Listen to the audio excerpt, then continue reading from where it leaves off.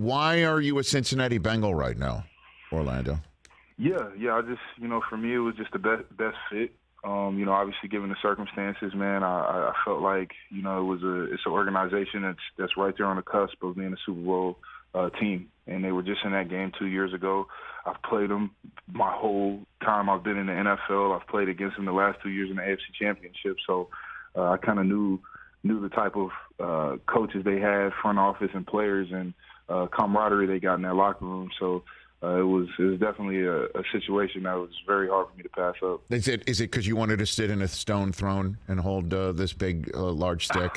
Is that what it was? I mean, you could have done this in Kansas City, but it would have been odd. Is that what it is? I hear you, Orlando. We're showing that picture right now. But again, I think look, you're a smart guy, and so I'll just go right through the door. You're in Kansas City. You win a Super Bowl. You're part of an offensive line that shuts out one of the most stout front sevens we've seen win in NFC Championship in Philadelphia.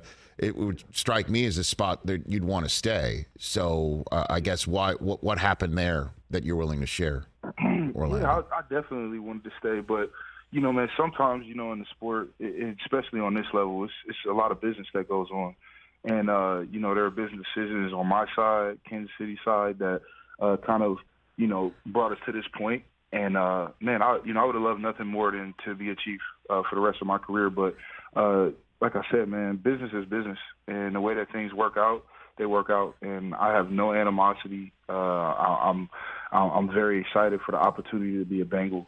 And man, I mean, like I said, it's unfortunate how it worked out, but man, business is business at the end of the day.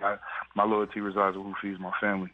And obviously, you can definitely eat as a Cincinnati Bengal. No doubt. You would know as a former Chief that you're going to most likely face the Chiefs in the AFC Championship game now as a Bengal. So, what have you learned so far at all, if anything? I know it's just a first week of Joe Burrow. Yeah, man, I had the opportunity to sit down and talk to him for the first time, man, and I mean, it's clear and understood why he's one of the best in the game.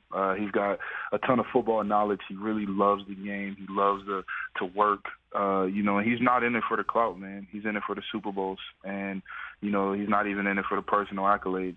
This is a guy that really cherishes competing, cherishes playing ball. And, he's got that basketball-like mindset somewhat. He's a guy that loves basketball, and he loves the opportunity to win his one-on-ones. And, I say that hypothetically speaking, obviously from the quarterback position. Mm-hmm. He loves that. He loves to compete.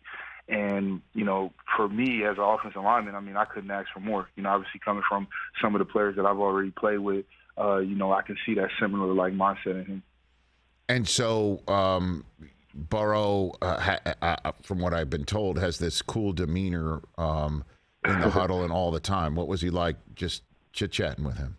Oh, no, super cool, man, super cool. I definitely say that nickname is fitting. Catch the Rich Eisen Show every single day on the Roku channel, 12 to 3 Eastern, for free.